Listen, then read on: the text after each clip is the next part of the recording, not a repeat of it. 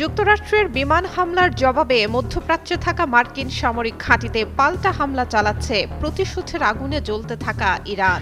এরই মধ্যে জর্ডান ও কুয়েত সহ কয়েকটি দেশে থাকা সামরিক ঘাঁটিতে রীতিমতো তাণ্ডব চালাচ্ছে ইরানি ক্ষেপণাস্ত্র ও ড্রোন।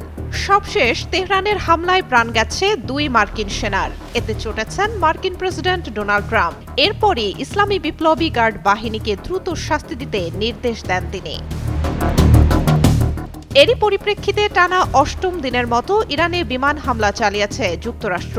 শনিবার সন্ধ্যায় মার্কিন প্রেসিডেন্ট ডোনাল্ড ট্রাম্পের নির্দেশনা অনুসারে এই হামলা শুরু হয় বলে জানিয়েছে মার্কিন সেন্ট্রাল কমান্ড সেন্টকম। মিনিস্টার বিশ্বকাপে দেশ কাঁপানো অফার। বিশ্বকাপের উন্মাদনা উপভোগ করুন মিনিস্টার টিভিতে। 55 ইঞ্চি অ্যান্ড্রয়েড টিভি মাত্র 55,000 টাকায়, সাথে জার্সি ফ্রি।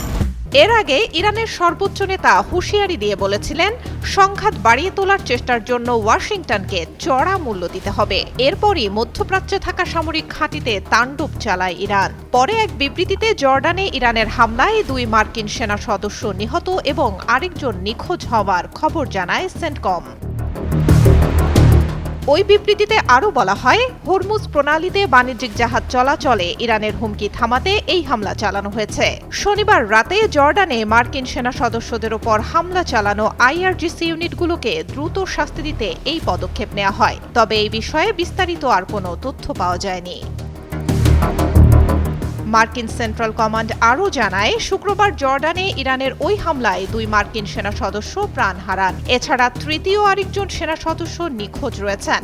এই ঘোষণার ফলে যুদ্ধ শুরুর পর থেকে এই পর্যন্ত নিহত মার্কিন সেনার সংখ্যা 16-এ পৌঁছালো। আহত হয়েছেন 420 জনেরও বেশি সেনা সদস্য। সুলতানা সুরমা, যুগান্তর নিউজ।